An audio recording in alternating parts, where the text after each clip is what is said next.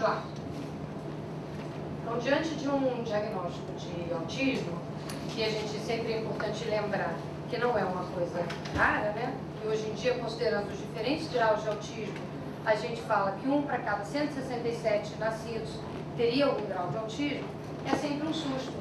É um susto para famílias, para toda, quer dizer, eu não sei se as pessoas conseguiram ver o DVD que estava antes, que são fotos de famílias e, enfim, uma escrita sobre essa sensação da família, de ver os sonhos todos que tinham sido projetados tendo que mudar de ponto de vista, e essa é a sensação, né? Muito difícil nisso, uma sensação muito solitária, muitas famílias têm dificuldade até de dividir isso até com a família estendida.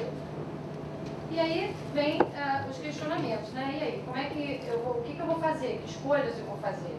E o que funciona nesse tratamento? E o que eu posso fazer para ajudar o meu filho?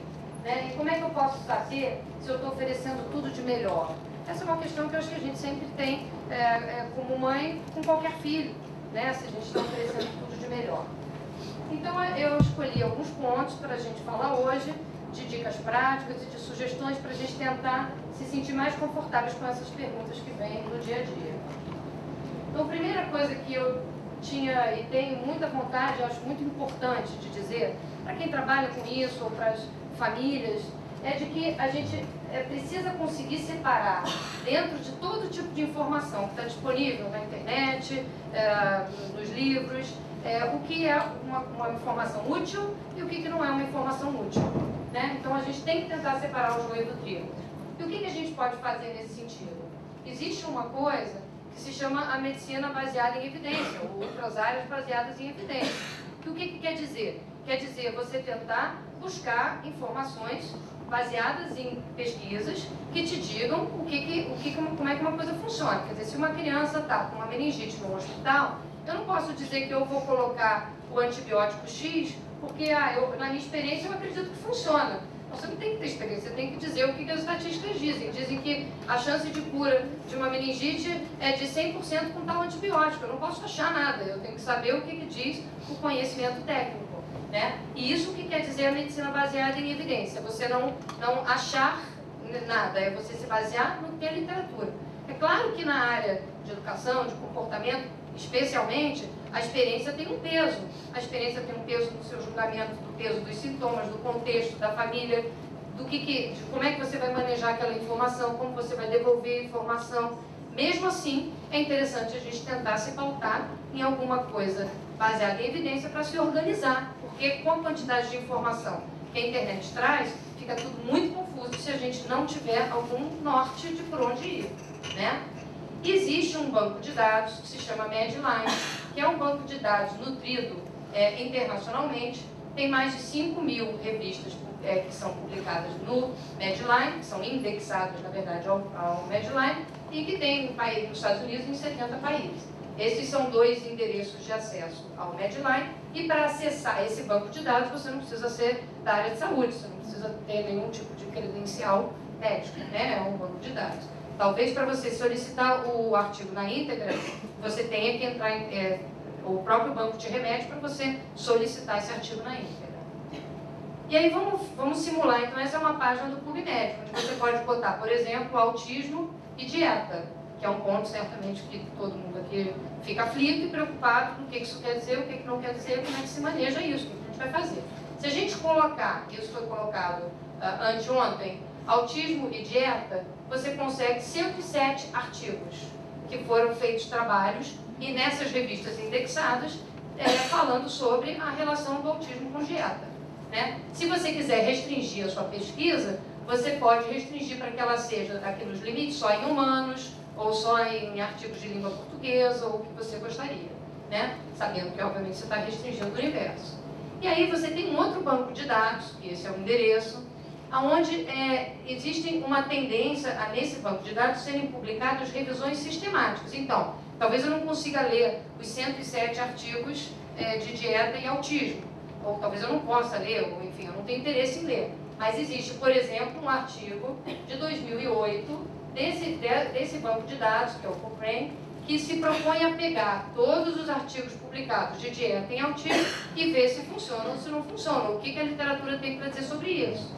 Então, por exemplo, esse artigo que é agora de abril de 2008, eles pegaram todo o banco de dados do Medline desde 1966 até 2007 e outras fontes de banco de dados, essa não é a única, é só a principal, e depois de fazerem toda a análise e pesquisa da metodologia de cada artigo, a gente chega à conclusão que no momento ainda não existe evidência de eficácia dessa dieta, das dietas, sem glúten, sem caseína, no caso, né?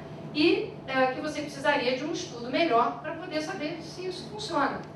Então, é claro que uma família com uma criança com um quadro de autismo vai buscar soluções múltiplas, mas vale a pena tentar ter um norte teórico do que tem comprovação para que a gente não se perca, assim como se perdeu a questão da vacina, que sai tanto na imprensa, e já é uma questão, no momento, fechada em termos científicos, de que não tem correlação da vacina com o autismo. Mas com muita frequência na imprensa leiga e na televisão se fala como se a evidência fosse o contrário, de que você tem certeza que a vacina tem correlação com o autismo.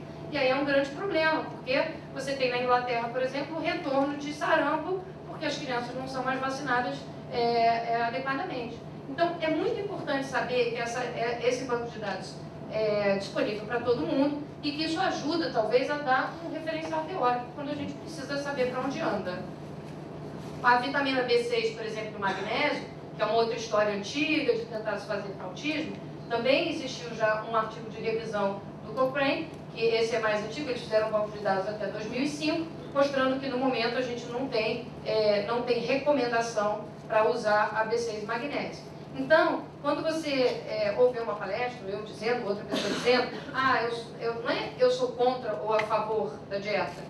Eu acho que o profissional ele é um intermediário entre a literatura e as pessoas, e as famílias, os profissionais de outras áreas, para que a gente tenha uma boa interlocução, assim como os profissionais ou as famílias muitas vezes trazem dados de outras áreas que não são a área, enfim, do médico ou de um outro profissional. Então, eu tinha muita vontade de passar isso para ajudar a dar norte, porque eu acho que muitas vezes uma família se concentra profundamente na dieta. A dieta sem glúten e sem caseína é uma dieta dificílima, porque é sem trigo, sem leite, isso você tira 98% dos alimentos. A criança não pode mais ficar na festa infantil, a criança não pode mais participar das festas da escola. Uma patologia que tem problema social, isso é um problema, né? Mas não é que eu não gosto da dieta, não tem evidência científica de que a gente deva recomendar a dieta. Se um dia saírem artigos dizendo que deve se recomendar a dieta, independente de eu gostar ou não, a dieta vai ser recomendada, né? E existem 3 revistas principais, que são as revistas indexadas e com um bom índice de avaliação de autismo, que são essas 3 revistas. E que também, para assiná-la ou para ter acesso a elas, não precisa ser profissional. E o que a gente pode fazer para ajudar, né, uma criança que tem autismo? Então, antes, apesar da proposta de hoje não ser a gente detalhar um caso clínico, quer dizer, um quadro clínico de autismo, talvez a gente precisa passar um pouquinho só sobre quais são os sintomas principais para a gente poder bolar quais são as sugestões de remediação para essa situação. Então, algumas coisas são comuns a todo mundo que tem um diagnóstico de autismo, seja lá que grau que for. A gente sabe que autismo tem diferentes graus. Você tem autistas que não falam, mesmo já tendo, digamos, 8 anos de idade, e você tem, por outro lado, autistas que têm um bom desempenho escolar, que chegam à faculdade, que têm profissão, que se casam. Então, esse diagnóstico de autismo, ele abrange uma variável muito grande de severidade. Então, quando a gente estiver aqui falando em espectro autístico, a gente está falando disso, desse grau de diferentes gravidades. Mas, em comum, qualquer uma das pessoas que tiverem algum grau de autismo, a gente tem certeza que elas têm que ter questões nessas 3 áreas. Quais são as áreas? Algum nível de dificuldade de interação social. Esse nível de dificuldade, obviamente, depende do grau. Uma criança com um grau de autismo mais severo tem um isolamento social maior, né, do que uma criança, do que uma pessoa que já esteja na faculdade, por exemplo, provavelmente tem um funcionamento social melhor. Existe um prejuízo de comunicação, que não é só de fala, é de comunicação no sentido de manter um bom contato ocular, de apontar, de dar tchau, de conseguir entender pelo olhar o que uma pessoa quer dizer, se é para mexer ou se não é para mexer, de conseguir, com o olhar, mostrar que tem curiosidade. Por exemplo, eu estou olhando para isso, eu não sei o que é isso, eu olho para você, olho para isso, como quem diz aí, o que é isso? Isso é uma comunicação, não é verbal, mas é uma comunicação, né? E existe uma tendência a ter um comportamento mais repetitivo. Esse comportamento repetitivo pode ser desde uma repetição motora, que pode ser os movimentos de tronco ou de mão, que são o senso comum, que todo mundo se lembra quando fala de autismo, até repetições muito mais sutis, como repetir interesses, repetir, ter métodos de horário para cada coisa, ter pouca flexibilidade para qualquer mudança necessária ou de urgência numa rotina da vida, ter dificuldade de flexibilizar um alimento, quer dizer, o que eu vou comer, ou em que prato eu vou comer, em que local eu vou comer, em que banheiro eu vou usar. Existe um brincar em muitas crianças do espectro autista muito repetitivo, muito sistemático. Então existem algumas coisas que são comuns a qualquer pessoa, vamos dizer assim, do espectro autista, sendo que o grau pode ser variável. Nada nos obriga a ter graus simétricos. Você pode, numa pessoa, ter muito mais prejuízo social do que repetições. Outra pode ter um prejuízo de comunicação muito maior do que as repetições. Então, a única coisa que você, conceitualmente, tem que ter é comprometimento nas 3 áreas, senão você não está nesse diagnóstico, né? Então, algumas coisas comuns que a gente vê em pessoas do espectro autístico é, por exemplo, essa tendência a brincar alinhando objetos, é ter uma certa atração por manter posturas onde você fica tangenciando os olhos em detalhes de um trem, por exemplo, ou de um carrinho, ter dificuldade para comunicação, pode ter momentos onde tem um isolamento social, interesses mais repetitivos, que são comuns, dinossauros, animais, países, bandeiras, coisas sistemáticas. Quer dizer, a bandeira de um país é sempre a mesma bandeira. O dinossauro carnívoro ou herbívoro é sempre o mesmo dinossauro carnívoro ou herbívoro. 70% das crianças que têm algum grau de autismo têm sensibilidade sensorial, pode ser auditiva. Fogos de artifício são os campeões de desconforto, apesar de muitas crianças também, que não estão no espectro autístico, não gostarem de fogos. Claro que nenhum dado desse isolado te reporta e faz nenhum diagnóstico, né? Cortar o cabelo é frequente ter algum desconforto também. É comum ter um certo prazer em montagem de quebra-cabeça. Tem crianças que fazem isso e não tem nenhum problema de autismo, quer dizer, pode ser só uma preferência. Olha que interessante, uma criança alinhou e depois a criança está totalmente coberta por edredom, que muitas vezes é uma sensação que as crianças buscam, como se o aperto ou o cantinho de mesa ou embaixo de um cobertor pesado trouxesse algum conforto. Muitas vezes tem esse interesse por objetos que rodam, que na verdade é quase um encantamento, que a gente não sabe exatamente como é que isso se dá em termos de função cerebral, mas certamente tem uma questão biológica envolvida, porque isso é transcultural, não importa em que cultura as crianças do espectro autístico se interessam por objetos rodando. Muitas vezes se interessam pelos DVDs, pelas histórias, repetem frases dos filmes, repetem muito os mesmos filmes, apesar de no desenvolvimento normal também existir uma faixa etária que repete muito filme. Então, crianças de 3 anos de idade repetem muito filme. Mas se for muito difícil flexibilizar, talvez isso possa ser um sintoma. Agora, apesar de a gente ter sintomas que são comuns às pessoas do espectro autista, é muito mais importante ainda a gente tentar compreender quais são as características, as dificuldades e as facilidades de cada pessoa. Porque cada pessoa tem as suas características mesmo dentro dessas questões genéricas, né? Então, se a gente vê, por exemplo, uma foto de uma criança como essa, deitada nessa banheira, você, sem conhecer essa criança, sem conhecer o contexto, onde ela está, o que aconteceu, o que ela está fazendo aqui, o que é isso no pescoço, você não consegue dizer nada, você não consegue ter leitura nenhuma desse comportamento sem contexto, né? Então, o primeiro ponto para a gente tentar bolar estratégias para o dia a dia é a gente tentar entender o comportamento. Então, a gente tem um determinado comportamento. Vamos imaginar uma criança correndo de um lado para o outro de uma sala. Corre, corre, corre, corre, corre. Certamente muitas pessoas já viram isso aqui. Uma criança pode correr de um lado para o outro para a sala por inúmeros motivos. Então, esse comportamento por si só não me ajuda a bolar o que eu vou fazer para diminuir a correria dela no fim do dia, por exemplo. Eu tenho que tentar entender. Mas ela corre quando? Mas ela corre também na escola?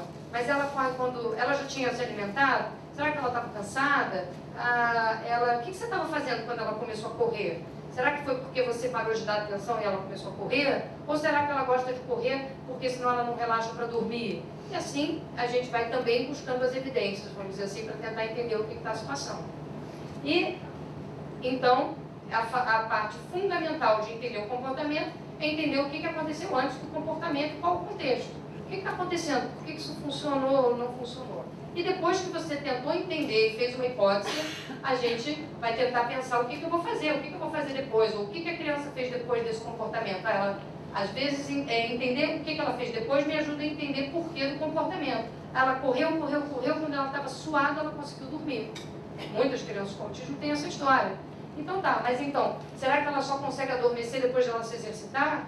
Ou será que ela adormeceu porque ninguém interrompeu ela e ela não tinha nada para fazer? Né? Ou então, será que se eu tivesse interrompido ela na correria, eu teria adiado o horário do sono? É mais ou menos assim que funciona. E se a gente pensa bem, a gente faz isso com qualquer criança. Por que um bebê de meses de vida é tão ansiogênico? Porque você fica o tempo todo tentando construir esse tipo de lógica e é muito aleatório ainda o comportamento. Então, hoje você pensa assim, o neném chorou 2 horas, você fala assim, era cólica, ele não se deu bem com a banana que eu introduzi à tarde. Aí tá ótimo, você tira a banana e ele fica 2 dias sem chorar. Aí você comprova a sua hipótese de que ele não chorou mais porque ele não comeu mais a banana e por isso ele não teve cólica. Tá ótimo, só que daqui a 3 dias pode ser que ele chore 3 horas e aí você não deu banana. Então você tem que construir uma nova hipótese. Bom, então, será que é porque ele dormiu mal essa noite, porque estava com o nariz entupido? Então, e aí, assim, a gente fica tentando construir a lógica de um comportamento. E é ansiogênico porque, no caso de um bebê pequenininho, isso muda a todo momento. Você está sempre se tem uma hipótese. Se você conversar, com uma mãe de uma criança pequena em consultório que não dorme, ela tem milhões de hipóteses. Não, é porque naquele dia veio visita, ou porque naquele dia... Porque faz parte da psique humana tentar montar esse tipo de lógica. É uma característica humana, né? Então, para a gente entender um determinado comportamento, primeiro a gente tem que fazer essa avaliação do comportamento, do antes e do depois. Quando a gente entendeu mais ou menos esse caminho, a gente vai tentar se antecipar. Então tá, ele ficou correndo de um lado para o outro da sala, porque eu peguei o telefone, eu estava brincando com ele de montar, aí eu peguei o telefone. Aí ele não gostou que eu peguei o telefone e ele ficou correndo de um lado para o outro. Se eu entender que foi isso que aconteceu, a próxima vez que eu pegar o telefone, eu posso me antecipar, por exemplo, pegar um telefone sem fio e tentar continuar montando. Ou então pegar no meu colo e falar assim, só um minutinho, ou desligar o telefone. Posso tentar pular alguma estratégia, se for isso que eu imaginei que deu errado. E a gente vai ver pelo resultado se a minha hipótese estava certa, não tem outra maneira de fazer, né? Se a gente criar uma estratégia para diminuir a conta de luz, e a minha estratégia inicial foi desligar o monitor do computador várias vezes por dia, e a minha conta de luz não baixar em nada, a minha estratégia deu errado. Eu vou ter que pular outra estratégia para abaixar a minha conta de luz. E as regras, a partir do que você entendeu, do que está vigorando aqui, você vai fazer regras e combinações com a criança a partir do que está funcionando para essa criança, né? Algumas coisas ajudam muito a gente a manejar o comportamento de uma criança do espectro autista em termos gerais. Isso é, utilizar a via visual é uma coisa essencial. Por quê? Porque muitas vezes a gente explica com palavras e com frases do complemento que a gente está acostumado a falar para uma criança com autismo, informações muito difíceis para ela compreender se não for feito com suporte visual. Como é que isso se dá? Eu posso, por exemplo, explicar para a criança visualmente que hoje é quarta-feira, eu posso explicar que tipo de atividade vai ter e qual é a ordem. Ao chegar na escola, eu posso tentar ajudá-la a se organizar, pegando uma fichinha dessa com velcro, e é hora de botar mochila, depois é hora de ir ao banheiro, para ajudá-la a se organizar e ela saber o que se espera dela. Muitas crianças do espectro autista têm birras nas escolas quando tem que trocar de um ambiente para outro, porque a criança não sabe o que rege. Hoje é dia de aula de música, você sabe disso, você sabe que é terça-feira, ela não tem a menor ideia do dia da semana, e ela chegou na escola porque ela esperava que era dia de educação física. E aí não tem como isso funcionar. E o suporte visual não só antecipa o que vai acontecer, como ajuda ela a se organizar para o que vai acontecer, como evita as birras por mal entendido. Então hoje estava chovendo, eu mandei a criança de tênis para a escola, mas ela vai de tênis no dia de educação física. Mas hoje não ia ter educação física, hoje não era dia de educação física, mas ela foi de tênis porque estava chovendo, mal entendido. Se a gente tiver o suporte visual e ela usar isso para se organizar, vai ser muito útil. Usar fotos para dizer aonde ela vai, vamos visitar hoje a vovó ou a bisavó, e leva a figura. É muito legal da gente fazer as figuras, plastificar para que a criança possa mexer à vontade. Fotos da onde ela vai, fotos de pessoas que ela possa querer ir, ver fotos de aniversário, colocar, por exemplo, numa agenda escolar,